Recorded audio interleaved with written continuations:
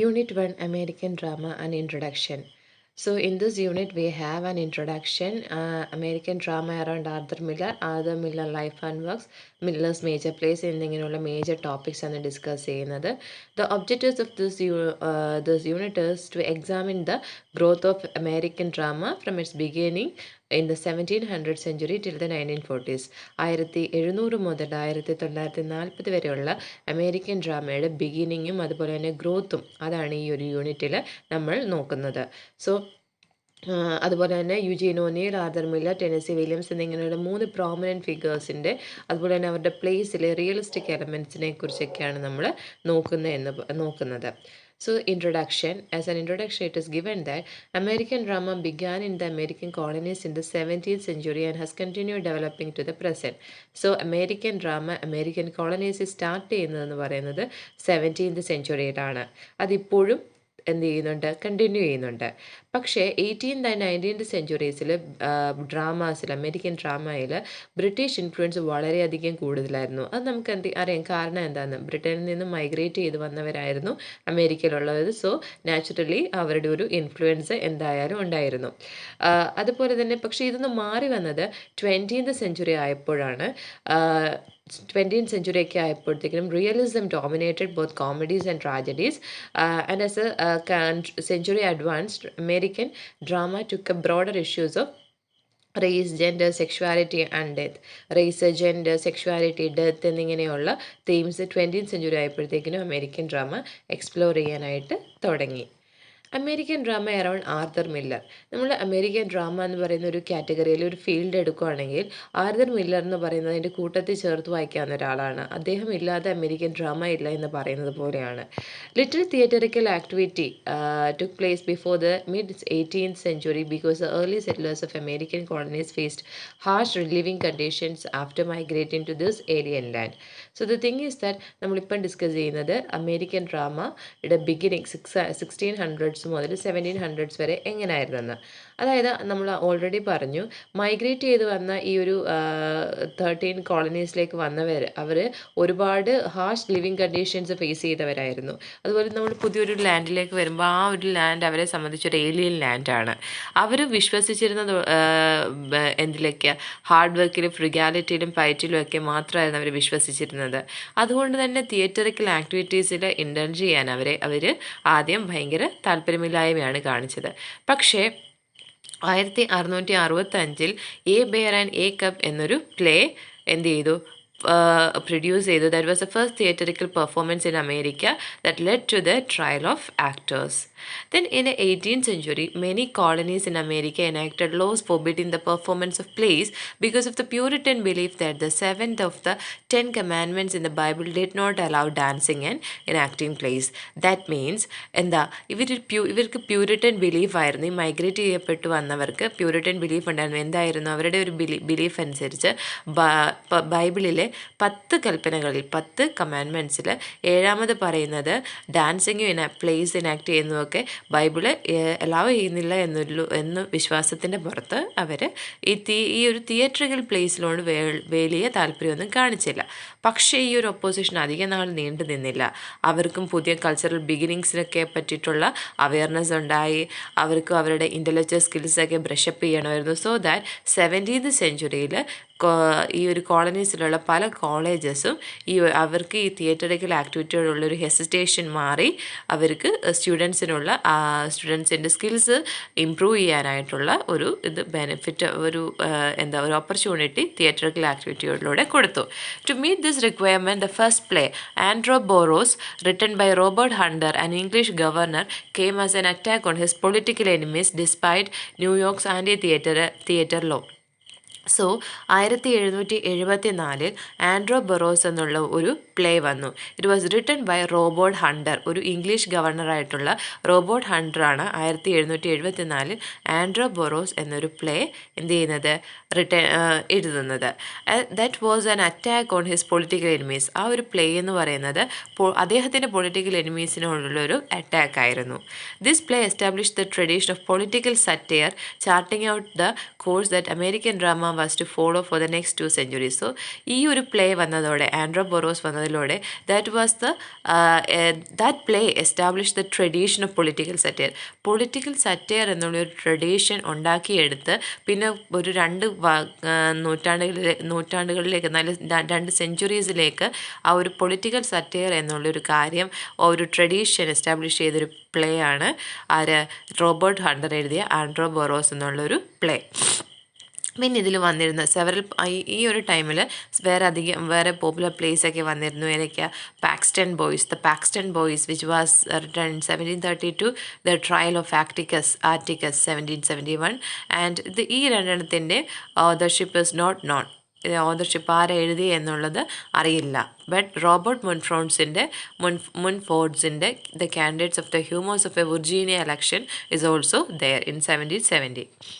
Before many plays appeared, a group of British professional actors formed a touring circuit in the 1750s, and this group in the early 1760s was known as the American Company. So അധികം place ഒക്കെ ഉണ്ടാവുന്നതിന് മുമ്പ് കുറച്ച് British professional actors ഒരു group create ചെയ്തു. 1750സിലൊക്കെ ഒന്ന് group form ചെയ്തു. 1760സിലൊക്കെ ഇത് അറിയപ്പെട്ടിരുന്നത് ദ അമേരിക്കൻ കമ്പനി എന്നുള്ളത് ആയിരുന്നു. In 1767, they staged a play, The Prince of Parthia, a tragedy by Thomas Godfrey. So, The Prince of Parthia എന്നൊരു പ്ലേ തോമസ് ഗോഡ്ഫ്രി അദ്ദേഹം സ്റ്റേജ് ചെയ്തിരുന്നു 1767, and it was A tragedy, and it is considered as the first professional production of A play written in America. ആദ്യമായിട്ട് അമേരിക്കയിൽ എഴുതപ്പെട്ട അല്ലെങ്കിൽ നിർമ്മിച്ചെടുത്ത ഒരു professional play ആയിട്ടാണ് ഇതിനെ കൺസിഡർ ചെയ്യുന്നത്. ഏത് play? The prince of Parthia. During the American Revolution, many professional actors moved to Jamaica. American revolution നടന്ന സമയമൊക്കെ അറിയാം.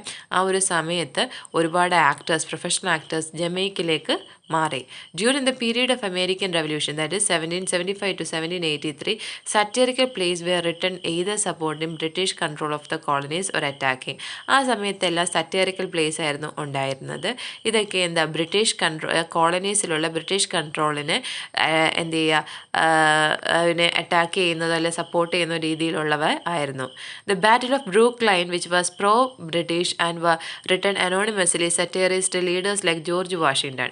അതായത് the battle of Brooklyn എന്ന് പറയുന്നൊരു പ്ലേ ഉണ്ടായിരുന്നു. അത് ആരെ എഴുതിയേക്കുന്നതെന്ന് അനോണിമസ് ആണ്, അത് അറിയത്തില്ല ആരെ എഴുതിയിരിക്കുന്നതിന്. ആ ഒരു പ്ലേ സറ്ററൈസ് ചെയ്തിരുന്നത് അന്നത്തെ ലീഡറായിട്ടുള്ള ജോർജ് വാഷിങ്ടണിനെയൊക്കെ സറ്ററൈസ് ചെയ്ത് എഴുതപ്പെട്ട ഒരു പ്ലേ ആണ് the battle of brook line എന്നുള്ളത്. Mercy Otis Warren, the strongest American dramatic voice of the Revolution, presented the revolutionary cause in her plays The Adulator, it is in 1772, The Defeat 1773, The Groove 1776, The Blackhead 1776. So, Mercy Otis Warren അവരൊരു എന്തായിരുന്നു, ഒരു prominent figure ആയിരുന്നു, ഒരു strongest American dramatic voice ആയിരുന്നു. അവർ present ചെയ്ത plays ആണ് the adulator which was in 1772, the defeat 1773, the group 1776 and the black head 1776. Then again a play by Robert Munford, The Patriots 1779, attained true dramatic character by taking a neutral stance and attacking both sides for their intolerance. 1779 The Patriots എന്നൊരു play വന്നു by Robert Munford. It attained true dramatic character, ഒരു നല്ല dramatic ക്യാരക്ടറൊക്കെ ഉണ്ടായിരുന്ന ഒരു play ആയിരുന്നു. And by taking a neutral stance and attacking both sides for their intolerance, എല്ലാ രണ്ട് സൈഡ്സിനെ അറ്റാക്ക് ചെയ്തിരുന്ന ഒരു പ്ലേ ആയിരുന്നു ദ പേട്രിയോട്സ് എന്നുള്ളത്. The professional actors who had moved to Jamaica during the American Revolution were touring America again in the mid-1780s. നമ്മൾ പറഞ്ഞ American റെവല്യൂഷന് സമയത്ത് ഈ ഒരു പ്രൊഫഷണൽ ആക്ടേഴ്സൊക്കെ ജമൈക്കയിലേക്ക് പോയി. അവർ വീണ്ടും തിരിച്ചു വന്നു. എപ്പോഴത്തേക്ക് ഒരു mid-1780s ഒക്കെ ആയപ്പോഴത്തേക്ക് തിരിച്ച് വീണ്ടും വന്നു. America became a nation in 1783 through a victory against the British colonial power. So America ഒരു നേഷനായി മാറുന്നത് 1783 ബ്രിട്ടീഷ് കൊളോണിയൽ പവറിനെതിരെ വിജയം കൈവരിക്കുന്നത് 1783. Robert Taylor was the first playwright of the nation to write the finest American play of the 18th century, The Contrast, which was in 1787. So, 1783 America ഒരു നേഷനായി മാറുന്നു. ഈ നേഷനായി മാറിയതിന് ശേഷം, ഇതിന് ഇപ്പം നമ്മൾ ഡിസ്കസ് ചെയ്തേക്കെ അതിന് മുൻപുള്ള പ്ലേസാണ്. നേഷനായി ആയതിന് ശേഷം 1783ക്ക് ശേഷം വന്ന ഫൈനസ്റ്റ് അമേരിക്കൻ പ്ലേ എന്ന് പറയുന്നത് 18th സെഞ്ച്വറിയിലാണ്. അത് ഏതാണെന്ന് വെച്ചാൽ ദ കോൺട്രാസ്റ്റ് എന്നൊരു പ്ലേ ആണ് 1787 and it was by Robert Tyler the contrast 1787 in 18th century. ഇതാണ് ഫൈനസ്റ്റ് അമേരിക്കൻ പ്ലേ ആയിട്ട് കൺസിഡർ ചെയ്യുന്നത് ആഫ്റ്റർ നമ്മുടെ ഈ അമേരിക്ക വിക്ടറിയൊക്കെ അറ്റൈൻ ചെയ്തതിന് ശേഷം. This 5-act comedy that satirizes the customs of the upper classes is written in the format of British comedy, owing much to Sheridan's The School for Scandal in 1777. So ഈ robot ടൈലറിൻ്റെ the contrast എന്നൊരു play, it's a 5-act comedy, 5 ആക്ടുള്ളൊരു കോമഡിയാണ്. അതായത് അത് എന്തൊക്കെ satirise ചെയ്ത്, it satirises the customs of the upper ക്ലാസ്സസിൻ്റെ കസ്റ്റംസിനെയായിരുന്നു സറ്ററൈസ് ചെയ്തത്. And it is written in the format of British കോമഡിയുടെ ഒരു ഫോർമാറ്റിലായിരുന്നു എഴുതിയത്. അതിന് ഭയങ്കരമായിട്ടൊരു ഇൻഫ്ലുവൻസ്, അത് ഇൻസ്പയർഡ് ആയി എന്ന് പറയുന്നത് ഷെറിഡാൻസിൻ്റെ ദ സ്കൂൾ ഫോർ സ്കാൻഡൽ എന്നൊരു പ്ലേ, അതിൽ നിന്നും ഇൻസ്പയർഡ് ആയിട്ടാണ് ഈ ഒരു പ്ലേ വരുന്നത്. Robert Tyler's the contrast in 1787. It is a 5-act play and it satirizes the customs of the upper classes. Okay. Next is American drama 1800s കാര്യമാണ് പറയുന്നത്. William Dunlop introduced mellow drama in his place. ഈ ഒരു സമയത്ത് വന്ന ഏറ്റവും വലിയ, നമ്മൾ പറഞ്ഞു ഇതിന് മുമ്പ് കുറച്ച് മുമ്പ് ഡിസ്കസ് ചെയ്തതിനകത്ത് എന്താ നമ്മൾ പറഞ്ഞത് എന്തിനെ പറ്റിയിട്ടാണ്, പൊളിറ്റിക്കൽ അല്ലെങ്കിൽ സറ്റാറിനെ പറ്റിയിട്ടൊക്കെയായിരുന്നു.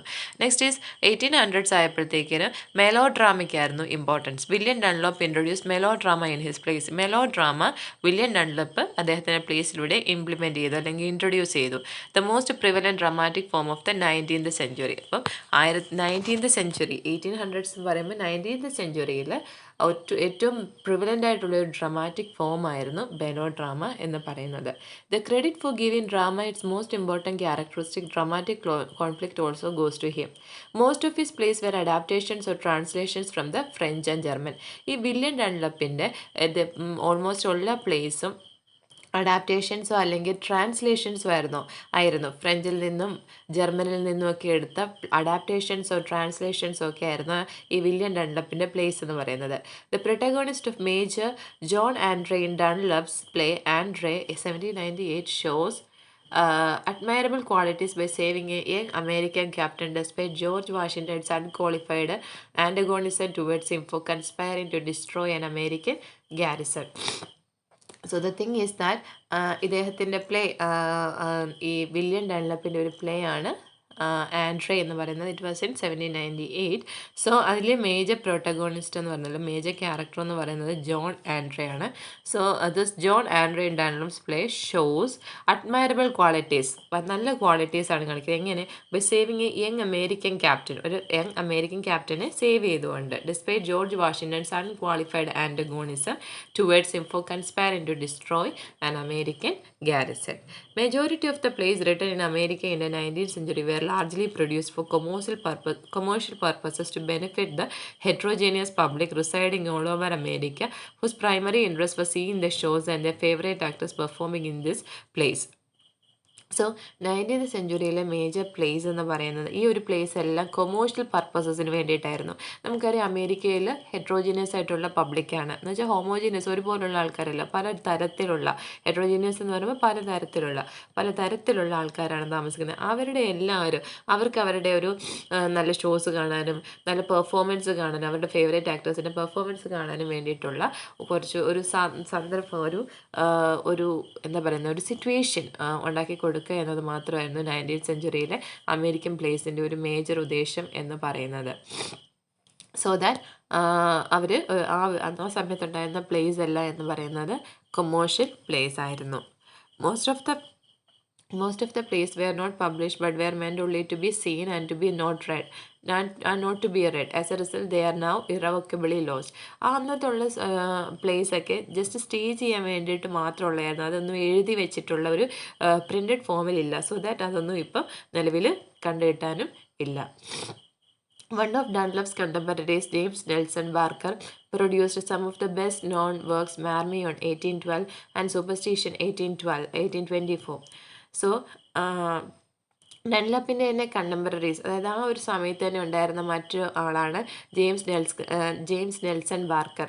അദ്ദേഹത്തിൻ്റെ നല്ല രണ്ട് വർക്ക്സാണ് മാർമിയോൺ 1812ലെയും സൂപ്പർസ്റ്റിഷൻ 1824ലെയും. The latter romantic tragedy based on specific American situations was set in New England and explored the themes of ഐസൊലേഷനിസം, ബൈഗോട്രി ആൻഡ് ഇൻടോളറൻസ്. അതായത് രണ്ടാമത്തെ സൂപ്പർസ്റ്റിഷൻ എന്ന് പറയുന്ന play, it was a romantic tragedy, ഒരു romantic tragedy ആയിരുന്നു. It is based on specific American situation, അതായത് American സിറ്റുവേഷൻസിനെ പറ്റിയിട്ടുള്ള ഒരു റൊമാൻറ്റിക് ട്രാജഡി ആയിരുന്നു. അതിൻ്റെ ഒരു തീം എന്നൊക്കെ പറയുന്നത് ഐസൊലേഷനിസം, ബൈഗോട്രി, ഇൻടോളറൻസ്, അസഹിഷ്ണുത എന്നൊക്കെ ഉള്ളവയായിരുന്നു. The Indian Princess 1808, written by him, was the first play to explore Native American themes and characters. അദ്ദേഹത്തിൻ്റെ തന്നെ 1808 ഇറങ്ങിയ ദ ഇന്ത്യൻ പ്രിൻസസ് എന്നുള്ള ആ ഒരു പ്ലേ ആയിരുന്നു അമേരിക്കൻ തീംസിനെ ക്യാരക്ടേഴ്സിനെയൊക്കെ എക്സ്പ്ലോർ ചെയ്യുന്ന ഫസ്റ്റ് പ്ലേ എന്ന് പറയുന്നത്. It told the story of Pocahontas, a Native American woman who married an Englishman.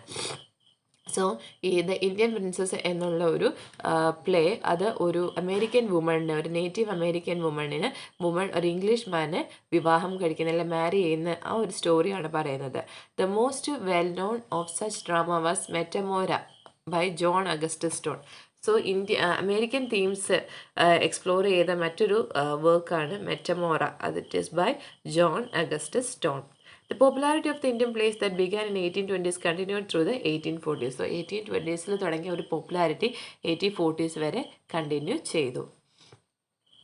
In the early 19th century in American drama, there is a shift in focus from nationalist causes to the aesthetic values of romanticism.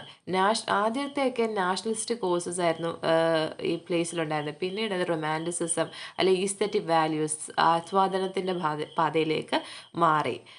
അതുപോലെ തന്നെ a romantic verse staged by George Henry Boker, the Brutus, the fall of Tarquin 1819 by John Howard Payne and the gladiator 1831 by Robert Montgomery Bird were other American romantic tragedies. 2-3 American ട്രാജഡീസിൻ്റെ പേരാണ് ഈ പറയുന്നത്. Brutus, the fall of Tarquin, it was in 1819 and that was by John Howard Payne. പിന്നെ gladiator നമ്മൾ കഴിഞ്ഞ വീഡിയോയിൽ പറഞ്ഞു നിർത്തിയത് ഏർലി 19th സെഞ്ച്വറിയിൽ ഒരു അമേരിക്കൻ ഡ്രാമാസിൽ അതായത് നാഷണലിസ്റ്റിക് കോസിൽ നിന്നും ഒരു ഷിഫ്റ്റ് നമ്മൾ കണ്ടു. എങ്ങോട്ടേക്ക്? ഈസ്തറ്റിക് വാല്യൂസിലേക്ക്. അങ്ങനെ നാഷണലിസ്റ്റിക് കോസസ് ഉള്ള പ്ലേസിൽ നിന്നും ഈസ്തറ്റിക് വാല്യൂസ് ഉള്ള പ്ലേസിലേക്ക് ഒരു മാറ്റം ഉണ്ടായി. അതിന് എക്സാമ്പിൾസാണ് നമ്മൾ പറഞ്ഞു, ദ ഫോൾ ഓഫ് ടെറാക്വിൻ, പിന്നെ ഗ്ലാഡിയേറ്റർ, ഇതൊക്കെയായിരുന്നു നമ്മൾ എക്സാമ്പിൾസായിട്ട് പറഞ്ഞു നിർത്തിയിരുന്നത്. ദെൻ 1828 അമേരിക്കൻ തീംസുള്ള പുതിയ പ്ലേസിനൊക്കെ Edward Forrest annual awards offer ചെയ്തു. അങ്ങനെയുള്ള അവാർഡ് ആദ്യമായിട്ട് കിട്ടുന്ന ഒരു പ്ലേ ആണ് മെറ്റമോറ എന്ന് പറയുന്നത്. പിന്നെ ഇതിനകത്ത് പറയുന്നത് എന്താണെന്ന് വെച്ചാൽ അമേരിക്കൻ ഓഡിയൻസിനെ സംബന്ധിച്ച് അവർക്ക് ഏതെങ്കിലും ഒരു ടൈപ്പ് ഓഫ് ഒരു പ്ലേ എന്നുള്ളത് ഇമ്പോർട്ടൻ്റ് ആയിരുന്നില്ല. They were ready to accept the performance of the actors. അവരുടെ ആക്ടേഴ്സിന് പെർഫോം ചെയ്യാൻ പറ്റുന്ന ഏതൊരു പുതിയ ടൈപ്പ് പ്ലേസ് ആണെങ്കിലും അവരത് ആക്സെപ്റ്റ് ചെയ്തിരുന്നു. പിന്നീട് അതിന് ശേഷം പിന്നെ ഇതിവിടെ പറയുന്നത് racial, social and economic tensions in America that brought about the civil war are well represented in Harriet Beecher Stone's novel uncle Tom's cabin. Harriet Beecher സ്റ്റോൺസിൻ്റെ ഒരു നോവലാണ് അങ്കിൾ ടോംസ് ക്യാബിൻ. അതിനകത്ത് അമേരിക്കയിൽ സിവിൽ വാറിന് ശേഷം സിവിൽ വാർ മൂലം ഉണ്ടായ racial, social and economic ടെൻഷൻസിനെയൊക്കെ represent ചെയ്തിട്ടുണ്ട്. ഇതേ നോവലിൻ്റെ ഒരു അഡാപ്റ്റേഷൻ പ്ലേ, അല്ലെങ്കിൽ ആ ഒരു നോവലിനെ വെച്ചിട്ട് അതിനെ ഒന്ന് പ്ലേ ആക്കി മാറ്റിയിട്ടുണ്ടായിരുന്നു GL Aiken, and that was a great success. ഒരു ഗ്രേറ്റ് സക്സസ് ആയിരുന്നു ഈ ഒരു ഏരിയൽ എന്ന് പറയുന്നത്. പിന്നെ നമുക്ക് പഠിക്കാനുള്ള American drama in the 19th century. 19th സെഞ്ച്വറിയിലെ അമേരിക്കൻ ഡ്രാമയെ പറ്റിയിട്ടാണ്. 19th സെഞ്ച്വറി അമേരിക്കൻ ഡ്രാമയിൽ ഏറ്റവും കൂടുതൽ നിലനിന്നിരുന്ന ഒരു ഡ്രമാറ്റിക് ജോണറായിരുന്നു melodrama. Melodrama family issues, അതുപോലെ തന്നെ സോഷ്യൽ പൊസിഷൻസ്, വെൽത്ത്, ഇതൊക്കെയായിരുന്നു കൂടുതലായിട്ട് അഡ്രസ്സ് ചെയ്തിരുന്നത്. അതുകൊണ്ട് തന്നെ ആൾക്കാർക്ക് വളരെയധികം ഫ്ലെക്സിബിലിറ്റി ഉണ്ടായിരുന്നു ഇത്തരത്തിലുള്ള പ്ലേസൊക്കെ അഡോപ്റ്റ് ചെയ്യാൻ, അല്ലെങ്കിൽ അവർക്കത് പോയിരുന്ന് കാണാനൊക്കെ ഭയങ്കരമായിട്ടുള്ള ഒരു അക്സെപ്റ്റൻസ് ഉണ്ടായിരുന്നു ഈ മെലോ ഡ്രാമ ടൈപ്പ് പ്ലേസ് എന്ന് പറയുന്നത്. ഈ ഒരു ജോണറിലുണ്ടായിരുന്ന പോപ്പുലർ പ്ലേസ് ആണ് the poor of the New York, അതുപോലെ തന്നെ under the gas light, the girl of the golden west and the heart of Maryland എന്നൊക്കെ പറയുന്നത്. 18th സെഞ്ച്വറിയിൽ തുടങ്ങി വെച്ച ഈ ഒരു മെലോ ഡ്രാമാറ്റിക് ഫോം അതിൻ്റെ ഒരു പോപ്പുലാരിറ്റി 19th സെഞ്ച്വറിയിലും കണ്ടിന്യൂ ചെയ്തിരുന്നു. പിന്നെ വരുവാണെങ്കിൽ റിയലിസം ഇൻ അമേരിക്കൻ ഡ്രാമയിലെ റിയലിസത്തെ പറ്റിയിട്ടാണ്. അതായത് സിവിൽ വാർ ശേഷം അമേരിക്കൻ ഡ്രാമയിൽ ആ ഒരു ഫീൽഡിൽ നമ്മൾ ഏറ്റവും കൂടുതൽ കാണുന്നത് റിയലിസത്തിൻ്റെ എസൻസ് കൂടി, അതായത് പ്ലേസിലൊക്കെ റിയലിസ്റ്റിക് എലമെൻറ്റ്സ് കൂടി. അതവർ ഹംബിൾ ലൈഫിനെ പറ്റിയിട്ടുള്ള കാര്യവും അതുപോലെ തന്നെ സോഷ്യൽ കണ്ടീഷൻസിനെ ക്രിട്ടിസൈസ് ചെയ്തും ഒക്കെ ആയിരുന്നു. അതുപോലെ റിയലിസ്റ്റിക് എലമെൻറ്റ്സ് ആയിരുന്നു അന്നത്തെ പ്ലേസിൽ ഉണ്ടായിരുന്നത്. Concerned with a faithful representation of life, the playwright concentrated on middle class life and preoccupations, avoiding larger and dramatic issues. അതായത് കൂടുതലായിട്ടുള്ള ഡ്രമാറ്റിക് ഇഷ്യൂസും അങ്ങനെയുള്ള ഡ്രമാറ്റിക് ഇഷ്യൂസൊക്കെ അവോയ്ഡ് ചെയ്ത് അവർ കൂടുതലായിട്ടും മിഡിൽ ക്ലാസ് ലൈഫിനെയും അതിനെ സംബന്ധിച്ചിട്ടുള്ള കാര്യത്തെയും പറ്റിയിട്ടായിരുന്നു ആ സമയത്തുണ്ടായിരുന്ന പ്ലേ റൈറ്റ്സ് കോൺസെൻട്രേറ്റ് ചെയ്തിരുന്നത്. Then, the scenes had three-dimensional setting and the actors spoke authentic sound in dialogue. ഈ ഒരു റിയലിസ്റ്റിക് പ്ലേസിൻ്റെ പ്രത്യേകത എന്ന് പറഞ്ഞാൽ അതിന് 3-dimensional സെറ്റിംഗ് ഉണ്ടായിരുന്നു. അതിനകത്തെ ആക്ടേഴ്സൊക്കെ ഒത്തൻറ്റിക് സൗണ്ട് ഇൻ ഡയലോഗ് ആയിരുന്നു ഡെലിവർ ചെയ്തുകൊണ്ടിരുന്നത്. And while the mellow dramatic plots prevailed, ആ സമയത്തും ഈ മെലോ ഡ്രമാറ്റിക് പ്ലോട്ട്സ് ഉണ്ടായിരുന്നു. But the play rights gradually move towards psychological realism. പക്ഷേ അവിടെ ആ ഒരു മെലോ ഡ്രമാറ്റിക് പ്ലോട്ട്സ് നിലനിന്നിരുന്നെങ്കിൽ പോലും പ്ലേ റൈറ്റ്സ് ഗ്രാജുവലി എന്തിലേക്ക് മാറി? സൈക്കോളജിക്കൽ റിയലിസത്തിലേക്ക് മാറി. അത് influenced by Henry Gibson, Norwegian playwright. ഈ ഒരു സൈക്കോളജിക്കൽ റിയലിസം എന്നൊരു പ്ലേസിൽ ഈ സൈക്കോളജിക്കൽ റിയലിസം എന്നൊരു ആസ്പെക്റ്റ് ആയിട്ട് കണക്ട് ചെയ്യാതെ നമുക്ക് വായിക്കാവുന്ന ഒരു ഫേമസ് പേഴ്സണാണ് Henry Gibson. He was a Norwegian playwright. Then പിന്നെ അങ്ങോട്ട് പറയുന്നത് നമ്മുടെ Bronson Howard was more concern with morals and morality.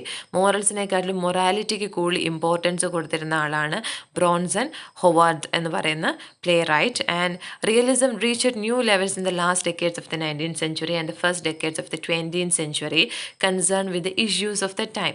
So ഈ റിയലിസത്തിൻ്റെ പീക്ക് പീരീഡ് എന്ന് പറയുന്നത് last decades of the 19th സെഞ്ച്വറിയും first decades of the 20th സെഞ്ച്വറിയാണ്. നമ്മൾ മുമ്പേ പറഞ്ഞ അതേ പേര് ബെൻസൺ ഹോവാർഡ്സ്. അദ്ദേഹത്തിൻ്റെ a Texas tear, the banker's daughter and Henrietta, a trip to Chinatown, അതുപോലെ തന്നെ എഡ്വേർഡ് ഹാരിങ്കൻസിൻ്റെ dance tribulations, Denman തോംസൺസ്, the old homestead, ഇതൊക്കെ ഈ ഒരു റിയലിസ്റ്റിക് പ്ലേസിനകത്ത് വരുന്നതാണ്. ദെൻ പിന്നെ നമുക്ക് അങ്ങോട്ട് പറഞ്ഞു വരുമ്പം താഴോട്ട് വരുമ്പോൾ നമുക്ക് കാണാം among the light 19th century dramatist David Belasco, Steele MacKaye and William Gillette were closely associated with theatre business. Belasco, one of the most well known producers, also directed his own play. അദ്ദേഹത്തിൻ്റെ play ആയിരുന്നു the girl of the golden west. ആ ഒരു play deal ചെയ്യുന്നത് it deals with rural California in the mid 19th century gold rush days. പിന്നെ നമ്മൾ realistic എലമെൻറ്റ്സിനെ പറ്റിയിട്ട് ഇങ്ങനെ പറഞ്ഞു വന്ന് താഴെ നമുക്ക് ക്ലൈഡെ ഫിഷ് എന്ന ഒരു പ്ലേ റൈറ്റിനെ കാണാം. Clyde Fitch in the early 1900s wrote The City.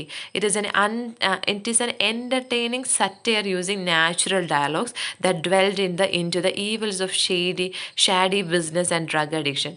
So ക്ലൈഡെ ഫിഷിൻ്റെ The City എന്നൊരു പ്ലേ ഉണ്ടായിരുന്നു. And it was an entertaining satire, ഒരു എൻ്റർടൈനിങ് സറ്റയർ ആയിരുന്നു. നാച്ചുറൽ ഡയലോഗ്സ് ഒക്കെ യൂസ് ചെയ്ത് ഡ്രഗ് അഡിക്ഷൻ്റെയും അതുപോലെ തന്നെ ഈ ബിസിനസ്സിൻ്റെയൊക്കെ ഈവിൽ സൈഡിനെ കുറിച്ച് കാണിച്ചു തന്നിരുന്ന ഒരു പ്ലേ ആണത്. Then Fitch was also the first American playwright to write a subtle kind of satire. ആദ്യമായിട്ട് ഒരു സബ്റ്റിൽ കൈൻഡ് ഓഫ് സറ്റയർ എഴുതുന്ന ആളാണ് ഫിഷ് എന്ന് പറയുന്ന പ്ലേ റൈറ്റർ.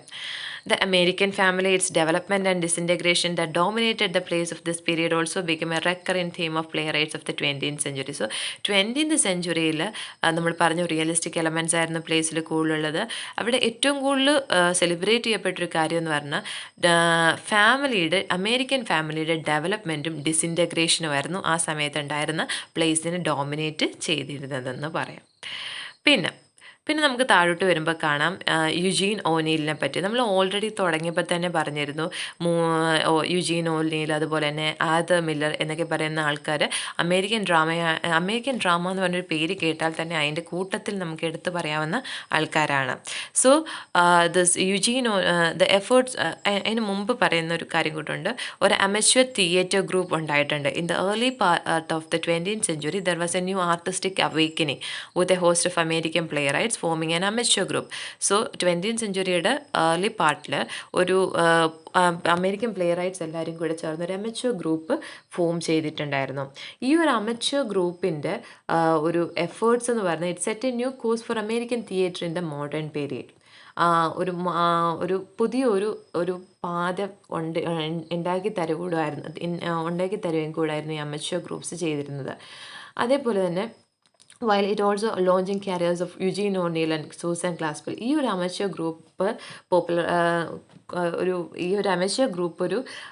ഒരു വഴിയാക്കി കൊടുത്ത് അവർക്ക് ഈ ഒരു അമച്വർ ഗ്രൂപ്പാണ് യുജീൻ ഓനീലിനും സൂസൻ ഗ്ലാസ്പെല്ലും ഈ ഒരു അമേരിക്കൻ പ്ലേ റൈറ്റ്സ് എന്നുള്ള അല്ലെങ്കിൽ അവരുടെ പ്ലേസിന് ഒരു ഇമ്പോർട്ടൻസ് കൊടുത്ത് അവരുടെ പ്ലേസിനെ പോപ്പുലറൈസ് ചെയ്യാൻ സഹായിച്ചത്.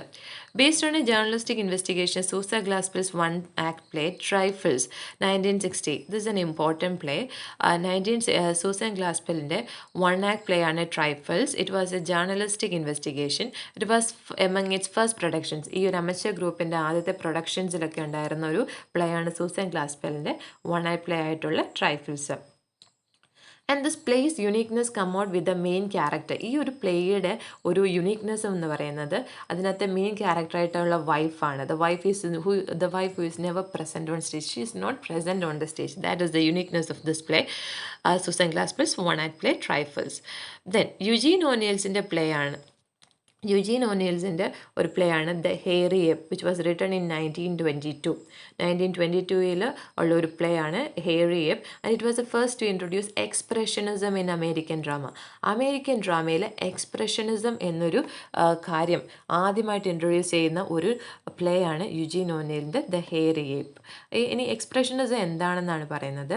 It was developed in Germany in the early 20th century. 20th centuryയിലാണ് ഡെവലപ്പ് ചെയ്തത്. It was a movement in the visual, literary and performing arts that expressed subjective feelings and emotions rather than depicting reality objectively. അതായത് ഒബ്ജക്റ്റീവായിട്ട് റിയാലിറ്റിയെ depict ചെയ്യുന്നതിനേക്കാളിലും കൂടുതൽ ഒരു ക്യാരക്ടറിൻ്റെ subjective feelings, അതിൻ്റെ ഇമോഷൻസിനെ express ചെയ്യുകയും അതിനെ perform ചെയ്യുകയും ചെയ്യുന്ന ഒരു വിഷ്വൽ ലിറ്റററി മൂവ്മെൻ്റ് ആയിരുന്നു expressionism. So expressionism was A visual literary movement that expressed subjective feelings and emotions. Subjective feelings and emotions are cool importance rather than depicting the reality in objective way. So in expressionism, artist is not concerned with the reality as it appears. appear in the reality അതുപോലെ ഒന്നുമല്ല എക്സ്പ്രഷനിസത്തെ concern ചെയ്യുന്നത്. പക്ഷേ അവിടെ എക്സ്പ്രഷനിസത്തെ എന്താ ചെയ്യുന്നതിന് പിന്നെ it presents the inner nature with emotions aroused by the subject. Inner nature with emotions, അതിനാണ് importance എന്ന് പറയുന്നത്. Concerned with the nature of man and the forces that move in, Eugene O'Neill's plays involved characters on the fringes of society while including speeches in American vernacular for the first time. പിന്നെ ഈ ഒരു ഏരിയയിലുണ്ടായിരുന്ന മറ്റു prominent playwrights ആണ് John Reed, Louise Bryant, Max Eastman and Ida Rauh and Edna Vincent Millay എന്നൊക്കെയുള്ള ആൾക്കാർ. Then 1920s, the most important plays were professionally produced in the New York City stage. New York City stage professional plays ഒക്കെ stage ചെയ്യുന്നത്. Plays of the 1920s and early 30s were incisive and exciting, such as Lawrence Stolling and Maxwell Anderson's What Price Glory. അതിനുള്ള കുറേ നല്ല നല്ല place അതിന് ശേഷം ഉണ്ടായിട്ടുണ്ട് American ഡ്രാമയിൽ. പിന്നെ സംഭവിക്കുന്നത് 1930 ഗ്രേറ്റ് ഡിപ്രഷൻ്റെ സമയത്തുള്ള കുറച്ച് കാര്യങ്ങളാണ്. The economic collapse of the great depression of the 1930s led to the permanent closure of many theatres in America. 1930 great depression, great ഡിപ്രഷനോടെ ഒരു ഇക്കണോമിക് കൊളാപ്സ് ആണല്ലോ ഗ്രേറ്റ് ഡിപ്രഷൻ എന്ന് പറയുന്നത്. ആ ഒരു സമയത്ത് ഒരുപാട് തിയേറ്റേഴ്സ് പെർമനൻ്റ്ലി ക്ലോസ് ചെയ്യേണ്ടി വന്നു. The new sound technology in America gave voice to the motion pictures. അതിന് ശേഷം മോഷൻ പിക്ചേഴ്സിന് ഇമ്പോർട്ടൻസ് വന്നു. As a result, the number of theatre goers declined severely in the 1930s. അതിൻ്റെ ഒരു ഫലമായിട്ട് തിയേറ്റർ ഗോവേഴ്സിൻ്റെ എണ്ണം വളരെയധികം കുറഞ്ഞു. A new wave was seen in the drama of the 1930s that tackled economic suffering, left-wing political ideologies and fears of another world war. Clifford Odets, Waiting for Lefty, debated the pros and cons of capitalism, while Awake and Sing dealt with the 1930s anxiety. ഈ plays Waiting for Lefty എന്ന് പറയുന്നത് it debated the pros and cons of capitalism. അതേപോലെ തന്നെ Awake and Sing എന്ന് പറഞ്ഞ play it's dealt with 1930s anxiety. ആ ഒരു ടൈമിലുള്ള ആങ്സൈറ്റിയൊക്കെ ഈ ഒരു പ്ലേസൊക്കെ എന്ത് ചെയ്തു, ഡീൽ ചെയ്തു.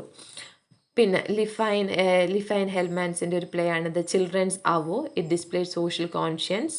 അങ്ങനെ 1930s ഒരു വലിയ പതനം അമേരിക്കൻ ഡ്രാമയിൽ ഉണ്ടായെന്ന് നമുക്ക് പറയാം. ശേഷം പിന്നെ അങ്ങോട്ട് മിഡ് 1940s വരുന്നു. Mid 1940s the most striking new writers for the theatre emerged in works of Arthur Miller and Tennessee Williams. പിന്നീടാണ് 1940s ആർതർ മില്ലറും ടെന്നസി വില്യംസും ഒക്കെ അങ്ങോട്ട് എമേർജ് ചെയ്യുന്നത്, അവരുടെ റൈറ്റിങ്സിന് ഇമ്പോർട്ടൻസ് വന്നത്. ഈ ടെന്നസി വില്യംസിൻ്റെയൊക്കെ plays it contributed many psychological plays of disillusion. Tennessee വില്യത്തിൻ്റെ ഒരു പ്ലേ ആണ് സ്ട്രീറ്റ് കാർ നെയിംഡ് ഡിസയർ. അതൊക്കെ വെരി ഇമ്പോർട്ടൻ്റ് ആണ്, വളരെ ഇമ്പോർട്ടൻ്റ് ആയിട്ടുള്ള പ്ലേസ് ആണ്. Streetcar named desire 1947. Cat on a hot tin roof, the glass menagerie. ഇതിനകത്ത് streetcar named ഡിസയറും ഗ്ലാസ് മെനാജറിയൊക്കെ വളരെ ഇമ്പോർട്ടൻ്റ് ആണ്. ദ ഗ്ലാസ് മെനാജറി എന്നൊരു പ്ലേ ആണ് നമ്മളുടെ മലയാളത്തിൽ പൃഥ്വിരാജും അതുപോലെ തന്നെ ഗീതു മോഹൻദാസും ഒക്കെ ഒരുമിച്ച് അഭിനയിച്ച അകലെ എന്നുള്ളൊരു movie. Okay, streetcar named desire, അതുപോലെ തന്നെ ഗ്ലാസ് മെനാജറി, ഇതെല്ലാം ടെന്നസി വില്യംസിൻ്റെ പ്ലേസ് ആയിരുന്നു 1940 American place.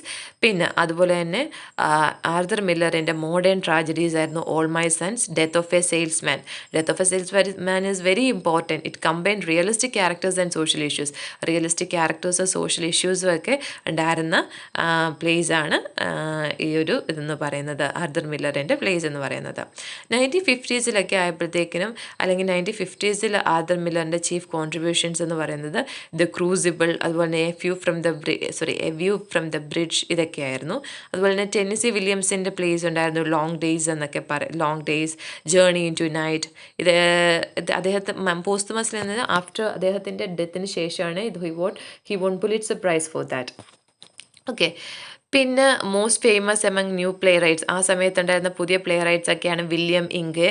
He wrote come back, little Sheba, അതൊക്കെ റിയലിസ്റ്റിക് പ്ലേസ് ആയിരുന്നു. പിന്നെ അതുപോലെ തന്നെ 1950s African American play rights ഒക്കെ വന്നു. Lorraine Hansberry's well acclaim to play raisin in the sun. അതുപോലെ തന്നെ Edward Albee is also very important. 1960s ആയപ്പോഴത്തേക്ക് എഡ്വേർഡ് ആൽബി വരുന്നു. അബ്സേർഡിസ്റ്റ് പ്ലേസ് ഒക്കെ ആയിട്ടാണ് അദ്ദേഹത്തിൻ്റെ പ്ലേസ് അബ്സേർഡിസ്റ്റ് പ്ലേസ് എന്ന് പറയാം. അതിനകത്ത് ഏറ്റവും important who is afraid of Virginia വുൾഫാണ്. അത് വളരെ ഇമ്പോർട്ടൻ്റ് ആണ്. പിന്നെ അതുപോലെ തന്നെ സൂ സ്റ്റോറി, ഇതൊക്കെ മോഡേൺ കണ്ടീഷൻസിനെ ഇൻഫ്ലുവൻസ് ചെയ്തിട്ടുള്ള സ്റ്റോറീസ് ആയിരുന്നു. That examined unsympathetically the modern conditions influenced by European playwrights Jean Genet, Samuel Beckett, Eugene Ionesco. ഇവരുടെയൊക്കെ പ്ലേസിനെ ഇൻഫ്ലുവൻസ് ചെയ്ത്, ഇവരുടെയൊക്കെ പ്ലേസിൽ നിന്ന് ഇൻഫ്ലുവൻസ്ഡ് ആയിട്ടുള്ള പ്ലേസ് ആയിരുന്നു എഡ്വേർഡ് ആൽബിയുടെയൊക്കെ. ഓക്കെ, പിന്നെ വന്നിട്ട് 1990s വന്നപ്പോഴത്തേക്കിനും രണ്ട് പ്ലേ റൈറ്റ്സിൻ്റെ ഒരു കംബാക്ക് ആയിരുന്നു, റിട്ടേൺ ആയിരുന്നു. ആരൊക്കെയായിരുന്നു? The 1990s so the excited return of 2 notable playwrights who thought critics had finish their careers. ഒരു റിട്ടേൺ ആയിരുന്നു. ആരുടെയൊക്കെ? ആർതർ മില്ലറിൻ്റെ. അദ്ദേഹം ബ്രോക്കൺ ഗ്ലാസ് എന്ന് പറഞ്ഞ ഒന്നും ആയിട്ട് വന്നു. അതുപോലെ എഡ്വേർഡ് ആൽബിയുടെ 3 Tall Women. They had received widespread acclaim with Albi's work winning the Pulitzer Prize, while Miller's The Last Play Finishing the Picture was produced in 2004. And Albee continues to give biting satirical commentaries on modern society in new words such as The Goat or Who is Sylvia എന്നൊക്കെയുള്ള. Then പിന്നെയും realism ഒരു primary ഫോമാക്കി തന്നെ 20th സെഞ്ച്വറിയിൽ continue ചെയ്തു. പുതിയ playwrights ഒക്കെ വന്നു. പിന്നെ 1990s ഒക്കെ ആയപ്പോഴത്തേക്കും അല്ലെങ്കിൽ ബിഗിനിങ് ഓഫ് 21st സെഞ്ച്വറി ആയപ്പോഴത്തേക്കിനും blockbuster musicals eliminated new commercial theatre in the United States targeting the younger audience who were attracted mobile films, television, computer entertainment. അതായത് 1990s 21st സെഞ്ച്വറി ഒക്കെ ആയപ്പോഴത്തേക്കിനും ഫിലിംസും ടെലിവിഷനും കമ്പ്യൂട്ടറും ഒക്കെ വളരെയധികം ഇതൊക്കെ ഫിലിം ഇൻഫ്ലുവൻസ് ചെയ്യാൻ തുടങ്ങി. അപ്പോഴത്തേക്കിനും young ഓഡിയൻസിനെ attract ചെയ്യാൻ വേണ്ടിയിട്ട് ഒരു മ്യൂസിക്കൽ ബ്ലോക്ക് ബസ്റ്റർ മ്യൂസിക്കൽസ് ഒക്കെ in the mid-19th century, mid-1990s and beginning of the 20th century, blockbuster musicals eliminated new commercial theatre in the United States. Eliminate ചെയ്തു. Then many playwrights started writing plays with film and television adaptation in mind. അതിനെ ഒന്ന് ഫിലിമിലേക്ക് മാറ്റുക എന്നുള്ളൊരു ഇതിലൊക്കെ ആൾക്കാർ place എഴുതാൻ തുടങ്ങി. അത്രയാണ് റിയലിസ്റ്റിക് എലമെൻസിനെ പറ്റിയിട്ടുള്ളത്. ഇതിനകത്ത് നമ്മളിപ്പം ഡിസ്കസ് ചെയ്തത് എന്തൊക്കെയാണ് റിയലിസ്റ്റിക് എലമെൻസിൽ നമ്മൾ ആർതർ മില്ലറിനെ പറ്റിയിട്ട് പറഞ്ഞു. പിന്നെ അതുപോലെ തന്നെ ആരെ പറ്റിയിട്ടാണ് നമ്മൾ പറഞ്ഞത്, വേറെ ഇമ്പോർട്ടൻ്റ് ഒരു പേഴ്സണാണ് യുജീൻ ഓനിൽ. എക്സ്പ്രഷനിസം എന്ന് പറയുന്ന ഒരു ഇത് വന്നു, ഒരു ട്രെൻഡ്, ഒരു ജോണർ. ദെൻ എഡ്വേർഡ് ആൽബിയെ പറ്റി പറഞ്ഞു, ആർതർ മില്ലറിനെ പറ്റി പറഞ്ഞു, ഹെൻറി ഗിബ്സൺ, ഇതവരെല്ലാം നമ്മൾ ഇതിനകത്ത് ഡിസ്കസ് ചെയ്ത് പോയിട്ടുണ്ട്. So read that once again and you will understand it very clearly. പിന്നെ അതുപോലെ തന്നെ വരുന്നതാണ് ആർതർ മില്ലറിൻ്റെ ലൈഫ് ആൻഡ് വർക്ക്സ് എന്ന് പറയുന്നത്. നമ്മൾ ഓൾറെഡി പറഞ്ഞു ഡെത്ത് ഓഫ് എ സെയിൽസ്മാൻ ഒക്കെ ആർതർ മില്ലറിൻ്റെ വളരെ ഇമ്പോർട്ടൻ്റ് ആയിട്ടുള്ള വർക്ക്സ് ആയിരുന്നു എന്നുള്ളത്. So in 1920, when World War I had come to an end, it was time in America of the Great Depression that had deeply wounded the American economy and also its psyche. 1920s ഒക്കെ ആയപ്പോഴത്തേക്കിനും first world war end ചെയ്തു. അതുപോലെ തന്നെ great depression 1930s ഈ ഒരു സമയത്താണ് ഈ ഒരു interesting ആയിട്ട്, it was during this interesting period of ഹിസ്റ്ററിയിൽ ഒരു ഇൻട്രസ്റ്റിംഗ് പീരീഡിലാണ് Arthur Miller was born. He was an American playwright, essayist and author was born of moderately affluent Jewish American parents, Isidore and Augusta Miller. പിന്നെ നമ്മൾ അതെല്ലാം പിന്നെ Arthur മില്ലറിൻ്റെ ഒരു biography പോലെ തുടക്കത്തിലെ കുറച്ച് കാര്യങ്ങളൊക്കെ പറഞ്ഞിട്ടുണ്ട്. അതുപോലെ ഈ ഗ്രേറ്റ് ഡിപ്രഷൻ്റെയൊക്കെ അല്ലെങ്കിൽ ഡിപ്രഷൻ്റെയൊക്കെ ഒരു എഫക്റ്റ് കാരണം മില്ലറിൻ്റെ ഫാമിലി കണ്ടീഷൻ വാസ് അൺസൗണ്ട്, വളരെ പുവറായിരുന്നു ഒരു ഫാമിലി കണ്ടീഷൻ എന്നൊക്കെ പറയുന്നുണ്ട്. പിന്നീട് പിന്നെ അദ്ദേഹത്തെ ഒരുപാട് ക്രിട്ടിക്സൊക്കെ ഇൻഫ്ലുവൻസ് ചെയ്തിട്ടുണ്ട്. കെന്നത്ത് ഹീറോ എന്നൊക്കെ പറയുന്ന ആൾക്കാർ അദ്ദേഹത്തെ ടീച്ചറായിരുന്നു. He influenced this person and അതിന് ശേഷം അദ്ദേഹം ഒരു പ്ലേ വായിക്കുകയുണ്ടായി, റൈറ്റ് ദാറ്റ് പ്ലേ എന്ന് പറയുന്നത്. അതിന് ശേഷം പിന്നീട് he wrote one play after one play എന്ന് പറയും. പിന്നെ കണ്ടിന്യൂസ് ആയിട്ട് പ്ലേസ് എഴുതാൻ അദ്ദേഹം തുടങ്ങി. പിന്നെ അങ്ങോട്ട് പറയുന്നതെല്ലാം അദ്ദേഹത്തിൻ്റെ പ്ലേസിൻ്റെ കാര്യങ്ങളൊക്കെയാണ്. 1944 മില്ലർ എഴുതിയിട്ടുള്ള the mall who had all the luck. അതുപോലെ തന്നെ വാർ ടൈമിൽ അദ്ദേഹം എഴുതിയതാണ് ഓൾ മൈ സൺസ് ആണ് നമുക്ക് പഠിക്കാനുള്ളത്. During war time Miller wrote a play all my sons that was produced the Coronet theatre. അതൊരു ഇമ്മീഡിയറ്റ് സക്സസ് ആയിരുന്നു. ഒരു ക്രിറ്റിസിസം ഒക്കെ കിട്ടിയിരുന്നെങ്കിലും it was an immediate success all my sons എന്ന് പറയുന്നത്. പിന്നെ ഡെത്ത് ഓഫ് എ സെയിൽസ്മാൻ, അതും വളരെയധികം ഇമ്പോർട്ടൻ്റ് ആയിട്ടുള്ളൊരു പ്ലേ ആണ് അദ്ദേഹത്തെ സംബന്ധിച്ച്. പിന്നെ നമ്മളുടെ മുൻപോട്ട് പറഞ്ഞു പോകുമ്പം അദ്ദേഹത്തിൻ്റെ ലാസ്റ്റ് പ്ലേ എന്ന് പറയുന്നത് view from the bridge. It opened in Broadway in 1955 in a joint bill with one of his lesser known plays, A Memory of Two Mondays. പിന്നെ അദ്ദേഹത്തിൻ്റെ ഫാമിലി കാര്യങ്ങൾ പിന്നെയും കുറച്ച് പറഞ്ഞു പോകുന്നുണ്ട്. അതിനുശേഷം അദ്ദേഹത്തിൻ്റെ പ്ലേസിനെ പറ്റിയിട്ട് ഒരു ഡീറ്റെയിൽഡ് ആയിട്ട് പറയുന്നുണ്ട്. The price it was his most successful play. The price എന്നുള്ളത് അദ്ദേഹത്തിൻ്റെ മോസ്റ്റ് സക്സസ്ഫുൾ പ്ലേ ആയിരുന്നു. That appeared in 1968 since death of a salesman. This play was published in a year that was characterized by trauma in Vietnam and assassinations at home. The prize is based on two brothers who meet one another after years of hostility and separation. വർഷങ്ങൾക്ക് ശേഷം കണ്ടുമുട്ടുന്ന രണ്ട് ബ്രദേഴ്സിൻ്റെ കഥയാണ് the price discuss ചെയ്യുന്നത്. It was a successful play. പിന്നെ അതിന് ശേഷം അദ്ദേഹം എഴുതിയ പ്ലേ ആണ് the ride down Mount Morgan, then the last Yankee produced in 1993. പിന്നെ അദ്ദേഹത്തിന് കുറേ അവാർഡ്സൊക്കെ കിട്ടിയിട്ടുണ്ട്. അതിൻ്റെ കാര്യങ്ങളൊക്കെ ഡിസ്കസ് ചെയ്യുന്നുണ്ട്. അത്രയൊക്കെയാണ് അദ്ദേഹത്തിൻ്റെ ഒരു ലൈഫ് ആൻഡ് വർക്ക്സ് എന്നുള്ളതിനകത്ത് കൊടുത്തിരിക്കുന്നത്. ദെൻ മില്ലേഴ്സ് മേജർ പ്ലേസ്, അദ്ദേഹത്തിൻ്റെ മേജർ പ്ലേസ് അത് ഞാൻ എപ്പോഴും കഴിഞ്ഞതിനകത്തെല്ലാം പറഞ്ഞ പോലെ തന്നെ ഓൾ മൈ സൺസും അതുപോലെ തന്നെ ഡെത്ത് ഓഫ് എ സെയിൽസ്മാനും വളരെ ഇമ്പോർട്ടൻ്റ് ആണ്. It was published, death of a salesman was published in 1949. ആ ഇയർ കൂടി പഠിക്കുന്നത് it's very important. Death of salesman it was published in 1949 and it is considered a classic of American theatre. American തിയേറ്ററിൻ്റെ ഒരു classic എന്ന് പറയുന്നത് death of a salesman എന്ന് പറയാം. This play was a caustic attack on the American dream of achieving wealth and success without regard for principle ഒന്നും ഒരു regard ചെയ്യാതെ വെൽത്തും അതുപോലെ തന്നെ സക്സസ്സും അച്ചീവ് ചെയ്യാനുള്ള ഒരു അമേരിക്കൻ ഡ്രീമാണ് ഈ ഒരു പ്ലേ ഡിസ്കസ് ചെയ്യുന്നത്. അതിനെതിരെയുള്ളൊരു പ്ലേ ആണ്, അമേരിക്കൻ ഡ്രീമിനെതിരെയുള്ളൊരു പ്ലേ ആണ് death of a salesman. It was the first play to win 3 major awards. 3 awards ആണ് അത് വിൻ ചെയ്യുന്നത്. It received the Pulitzer prize for drama in 1949, Tony award for best play as well as the New York dream Drama Critics Circle Award for the Best Play. And Death of a Salesman helped Miller to become an internationally known playwright. Internationally known playwright ആവാൻ അദ്ദേഹത്തെ സഹായിച്ചൊരു play ആണ് death of a salesman. Death of a സെയിൽസ്മാനെ പറ്റിയിട്ടാണ് പിന്നെ പറയുന്നത്. Death of a salesman finds a main character Willy Loman in his 60s struggling to come to grips with the fact that his American dream is unattainable.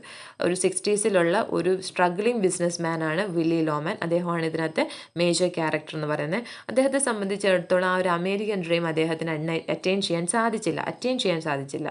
Willie places great importance on supposed native charm, ability to make friends, stating that one's life was known throughout New England, driving long hours but making unparalleled sales. His sons, അദ്ദേഹത്തിൻ്റെ സൺസിൻ്റെ പേരാണ് ബിഫും Happy. They were the pride and joy of the neighbourhood. And his wife, അദ്ദേഹത്തിൻ്റെ വൈഫാണ് Linda, was smiling throughout the day. Willie Loman might have been a superb craftsman but he is forced by the demands of a mechanised world to run in search of financial wealth. Financial വെൽത്തിന് പുറകെ ഇങ്ങനെ നടക്കുന്ന, ഒട്ടും satisfied ആയിട്ടുള്ള life നയിക്കാത്ത, അല്ലെ American dream ഇങ്ങനെ catch ചെയ്യാൻ വേണ്ടി നടക്കുന്ന ഒരു 60s ക്യാരക്ടറാണ് വില്ലി ലോമൻ എന്ന് പറയുന്നത്. അദ്ദേഹത്തിൻ്റെ മക്കളാണ് അല്ലെങ്കിൽ സൺസാണ് ബിഫും ഹാപ്പിയും, wife Linda Loman. Willie is a traveling salesman for Wagner Company for 34 years. 34 വർഷമായിട്ട് വാഗ്നർ കമ്പനിക്ക് വേണ്ടി നടക്കുന്ന ഒരു ട്രാവലിംഗ് സെയിൽസ്മാൻ ആണ് Willy. But as time passes, life for him seems to be slipping out of his control. He has worked hard his entire life and likes to think that he is indispensable to the company in the New England territory. He closes deals with contractors on the phone, since increasing episodes of anxiety and depression are impairing his ability to drive. So ഈ ഒരു American ഡ്രീമിന് പുറകെ നടന്ന് അദ്ദേഹത്തിൻ്റെ ഒരു ആങ്സൈറ്റിയും ഡിപ്രഷനും ഒക്കെ കൂടുകയും അദ്ദേഹത്തിന് drive ചെയ്യാൻ സാധിക്കാതെയൊക്കെ വരുന്നു. Soon all of his aspirations fail. അദ്ദേഹത്തിൻ്റെ എല്ലാ ആസ്പിറേഷൻസും ഫെയിൽ ആവുന്നു. Then he is thrown out of his job as the owner of the firm that did not pay enough for his survival, and told him that he could no longer represent the firm in New England because he was doing harm to the company. Then Loman's fortunes എല്ലാം പെട്ടെന്ന് drastic ആയിട്ട് change ചെയ്യുന്നു. He has to depend on loans from his friend. അദ്ദേഹത്തിൻ്റെ ഫ്രണ്ടായിട്ടുള്ള ചാർലിൽ നിന്ന് loans എടുക്കേണ്ടി വരുന്നു. His 34-year-old son Biff is unable to settle down. 34 years ആയിട്ടും അദ്ദേഹത്തിൻ്റെ സണ്ണിന് സെറ്റിൽ ചെയ്യാൻ സാധിക്കുന്നില്ല. Younger son is also on the look out for some job in order to settle in life settle ചെയ്യാൻ വേണ്ടിയിട്ട് യങ്ങർ സണ്ണും ജോബ് അന്വേഷിക്കുന്നു. Charley on the other hand, നമ്മുടെ ഫ്രണ്ട്, അദ്ദേഹത്തിൻ്റെ front hand become a successful business man. Charley ഒരു successful business man ആണ്. പിന്നുള്ളൊരു ക്യാരക്ടറാണ് Bernard. He becomes an excellent lawyer. Witnessing his failure, ഇതെല്ലാം കണ്ട് അദ്ദേഹത്തിൻ്റെ ഒരു failure Willie clings to his sons hoping that they might succeed. പിന്നെ സ്വന്തമായിട്ട് സക്സീഡ് ചെയ്യാൻ സാധിച്ചില്ല, ഇനിയും അദ്ദേഹത്തിൻ്റെ സൺസിലൂടെ സക്സീഡ് ചെയ്യുക എന്ന് അദ്ദേഹം കരുതുന്നു. Loman cannot accept that his life has been a failure than that Biff is not interested in big businesses. അതെ, ലോമാൻ എന്നിട്ട് സാധിച്ചിട്ടില്ല അദ്ദേഹത്തിൻ്റെ ലൈഫ് ഒരു ബിഗ് ഫെയിലിയർ ആണെന്ന് സമ്മതിച്ചു തരാൻ. അതുപോലെ തന്നെ ബിഫ്, അദ്ദേഹത്തിൻ്റെ ആദ്യത്തെ മകനായിട്ടുള്ള beef, he was not interested in big businesses. The play ends with his family and only friend Charlie grieving by his graveside. അവസാനം അദ്ദേഹം മരിച്ചു കഴിയുമ്പം ചാർലിയും അദ്ദേഹത്തിൻ്റെ ഫാമിലിയും മാത്രമാണ് എന്ത് ചെയ്യുന്നത്, അദ്ദേഹത്തിന് വേണ്ടി ഒന്ന് ഗ്രീവ് ചെയ്യുന്നത്, വിഷമിച്ച് ആ ഒരു ഗ്രേവ് സൈഡിൽ ഇരിക്കുന്നത്. ഈ ഒരു ഡെത്ത് ഓഫ് എ സെയിൽസ്മാൻ എന്നുള്ള ഒരു play it resembles a stream of consciousness account. ഒരു സ്ട്രീം ഓഫ് കോൺഷ്യസ്നെസ് എന്ന് വെച്ചാൽ എന്താ, കണ്ടിന്യൂസ് ആയിട്ട് മനസ്സിൽ വരുന്ന കാര്യങ്ങൾ അതുപോലെ ഇങ്ങനെ അങ്ങ് പറഞ്ഞു പോകുന്ന ടൈപ്പ് ഓഫ് സ്റ്റോറീസ് അല്ലെങ്കിൽ അങ്ങനെ ഒരു പ്ലേസ് ആണ് അത്. സോ ഈ ഒരു പ്ലേ റിസംബിൾ ചെയ്യുന്ന സ്ട്രീം ഓഫ് കോൺഷ്യസ്നെസ് ആണ്. And Miller uses this device to converse Willie's dreams and reality of his life. അദ്ദേഹത്തിൻ്റെ വില്ലി ലോമാൻ്റെ ഒരു ഡ്രീംസും പക്ഷേ യഥാർത്ഥത്തിലുള്ള റിയാലിറ്റി ഓഫ് ലൈഫും അതിന് തമ്മിലുള്ള കോൺട്രാസ്റ്റ് ആണ് ഈ ഒരു സ്ട്രീം ഓഫ് കോൺഷ്യസ്നെസ് ഉപയോഗിച്ച മില്ലർ നമുക്ക് കാണിച്ചു തരുന്നത്. It also helps to contrast a characters in sympathetic as well as villainous light. നമുക്ക് സിമ്പതിയും തോന്നുന്ന ഒരേ സമയം ഒരുമാതിരി വില്ലനസ് എന്ന് വെച്ചാൽ ക്രൂവൽ അല്ല, എന്നാലും ഇത് അമേരിക്കൻ ഡ്രീമിന് പിറകെ പോയത് കൊണ്ടല്ലേ എന്നൊക്കെ നമുക്ക് തോന്നാം. Miller does not allow the audience to the permanent judge. നമ്മളെ, അതായത് ആസ് ആൻ ഓഡിയൻസ് നമ്മളെ ഒരു പെർമനൻറ്റ് ജഡ്ജായിട്ട് മില്ലർ നമ്മളെ കംപ്ലീറ്റ്ലി അങ്ങ് അലൗ ചെയ്യില്ല. Their opinions keep shifting about each of the characters. നമ്മളുടെ ഒപ്പീനിയൻസ് ഓരോ ക്യാരക്ടറിനെ പറ്റിയിട്ടുള്ളതും ഒരു കോൺസ്റ്റൻറ്റ് തുടക്കം മുതൽ അവസാനം വരെ നമുക്ക് ആ ഒരു ക്യാരക്ടറിനോട് ഒരേ താല്പര്യം ആയിരിക്കില്ല തോന്നുന്നത്. നമ്മളുടെ ആറ്റിറ്റ്യൂഡ്സ് അല്ലെങ്കിൽ ഒപ്പീനിയൻസ് ചേഞ്ച് ചെയ്യും. അതാണ് ഡെത്ത് ഓഫ് എ സെയിൽസ്മാനെ പറ്റിയിട്ടുള്ളത്. പിന്നെ അടുത്തൊരു പ്ലേ ആണ് the crucible, that is written in 1952. അതിനെ പറ്റിയിട്ടും പറയുന്നുണ്ട്. ഒരു റെവറൻറ്റ് പാരസ്, പിന്നെ അതുപോലെ തന്നെ സ്ലേവ് ടിറ്റുബ, പിന്നെ one of the girls was Parris's daughter Betty, അങ്ങനെ കുറേ ക്യാരക്ടേഴ്സിനെയൊക്കെ പറ്റി പറയുന്നുണ്ട് ക്രൂസിബിൾ എന്നുള്ള പ്ലേയിനകത്ത്. അതിൻ്റെ ഡീറ്റെയിൽഡ് ആയിട്ടുള്ള കുറച്ച് കാര്യങ്ങൾ ആ പ്ലേ എന്താണെന്നും അതിനകത്ത് കൊടുത്തിട്ടുണ്ട്. അതുപോലെ തന്നെ അടുത്തൊരു പ്ലേ ആണ് view from the bridge, that is a play written by Arthur Miller in 1955 എഴുതിയൊരു പ്ലേ ആണ് വ്യൂ ഫ്രം ദ ബ്രിഡ്ജ് എന്നുള്ളത്. It was a one night play ആണ്. അതിനകത്ത് എന്താണ് നടക്കുന്നതെന്നുള്ളത് അല്ലെങ്കിൽ ആ പ്ലേ എന്തിനെ പറ്റിയിട്ടാണെന്നുള്ളൊരു അനാലിസിസ് ഇവിടെ തരുന്നുണ്ട്. പിന്നെ പറഞ്ഞേക്കുന്ന ഒരു പ്ലേ ഓൾ മൈ സൺസ് ആണ്. It is open on Broadway at the Kornet theatre on January 29, 1947. അത് 328 പെർഫോമൻസസ് നടത്തി. അതിൻ്റെ ഒരു തീം ഓഫ് ദ പ്ലേ എന്ന് പറയുന്നത് moral responsibility in the family and linked to the inner struggle of men in authority during the war. ഫാമിലിയിലുള്ള ഒരു moral responsibility അതിനെ പറ്റിയിട്ടാണ് ഈ ഒരു പ്ലേ എന്ന് പറയുന്ന all my sons. The play begins with a relaxed atmosphere in an American household or Joe Keller's backyard where neighbours gather on a summer's evening. So ആ ഒരു play, അതായത് all my sons എന്നൊരു play അതെന്തിനെ പറ്റിയിട്ടാണെന്നും ഇതിനകത്ത് തന്നിരിക്കുന്നുണ്ട്. ഒരു കഥയും ഇതിനകത്ത് തന്നിട്ടുണ്ട്. സോ ആസ് ലാസ്റ്റ് ഒരു സമ്മപ്പ് പോലെ നമ്മൾ ഈ യൂണിറ്റിൽ എന്തൊക്കെ ഡിസ്കസ് ചെയ്തിട്ടുണ്ടെന്നും പറഞ്ഞിട്ടുണ്ട്. We have try to sum up American drama from the time immigrant settlers occupied American colonies. നമ്മൾ പറഞ്ഞു സെറ്റിലേഴ്സ് മറ്റൊരു ഇതിൽ നിന്ന് ഇമിഗ്രൻറ്റ് സെറ്റിലേഴ്സ് അമേരിക്കൻ കോളനീസിൽ വന്ന് 17th century തൊട്ട് 1940s വരെ അവർ ആ ഒരു അമേരിക്കൻ ഡ്രാമയിൽ എന്തൊക്കെ മാറ്റങ്ങൾ വരുത്തി, അതിൻ്റെ ബിഗിനിങ്ങും അതിൻ്റെ കണ്ടിന്യൂവേഷനും ഒക്കെ എന്തൊക്കെയാണെന്നുള്ളതും, പിന്നെ Eugene O'Neill, Tennessee Williams, other Miller ഇവരുടെയൊക്കെ ഒരു expressionism, realistic elements, psychological realism ഇതിനെ പറ്റിയിട്ടൊക്കെ നമ്മൾ ഡിസ്കസ് ചെയ്തു. പിന്നെ നമുക്കൊന്ന് സമപ്പ് ചെയ്യാൻ വേണ്ടിയിട്ട് അല്ലെങ്കിൽ നമുക്ക് ഒന്ന് മനസ്സിലാക്കാൻ വേണ്ടി ചില എക്സസൈസസ് ഇവിടെ കൊടുത്തിട്ടുണ്ട്. 2-3 ക്വസ്റ്റ്യൻസ്. ആർതർ മില്ലറിൻ്റെ മേജർ പ്ലേസ് നമ്മൾ കണ്ടു, ക്രൂസിബിൾ പറയാം. പിന്നെ അതുപോലെ തന്നെ പിന്നെ ഏതാ പറയാൻ പറ്റുന്നത്, ഓൾ മൈ സെൻസ്. പിന്നെ നമ്മൾ 2-3 പ്ലേസ് ഒക്കെ ഡിസ്കസ് ചെയ്യുന്നു. അതൊക്കെ നമുക്ക് വായിച്ചിട്ട് ആൻസർ ചെയ്യാം. പിന്നെ രണ്ടാമത്തെ question, name the first theatrical performance of America that led to the trial of actors. അതും you have to go through it again and find out the answer. നമ്മൾ വായിക്കുന്ന കാര്യങ്ങൾ ഓർമ്മയുണ്ടോ എന്നറിയാൻ വേണ്ടിയിട്ടാണ്, നമുക്ക് മനസ്സിലായിട്ടുണ്ടോ എന്നറിയാൻ വേണ്ടിയിട്ടാണ് ഇവിടെ ഈ ഒരു എക്സസൈസ് തന്നിരിക്കുന്നത്. പിന്നെ examine the growth of American drama during the 17th, 18th and 19th centuries. ഓരോന്നും ഓരോ ഭാഗമായിട്ട് നമ്മൾ ഡിസ്കസ് ചെയ്തു. അതുപോലെ തന്നെ ഹെൻറി കിബ്സൺ ഒരു മോഡേൺ ഡ്രാമയ്ക്ക് എന്ത് കോൺട്രിബ്യൂഷനാണ് നൽകിയിരിക്കുന്നത് എന്നുള്ള അതൊക്കെ ഒരു ലോങ് ആൻസർ ടൈപ്പ് ക്വസ്റ്റ്യൻസ് ആണ്. So go through this notes once again, read it and understand it. പ്ലേസൊക്കെ ഓരോ പ്ലേ റൈറ്റിൻ്റെ ഏതൊക്കെ പ്ലേസ് ആണെന്ന് തെറ്റിപ്പോവാതിരിക്കാൻ എഴുതി ഒക്കെ വെച്ച് you have to study this well. And it's an very എന്താ ഹെൽപ്ഫുൾ ചാപ്റ്ററാണ്. അമേരിക്കൻ ഡ്രാമയെ പറ്റിയിട്ട് നമുക്ക്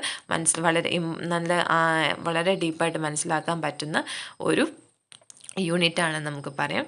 so study well, read this and study well. Okay, thank you.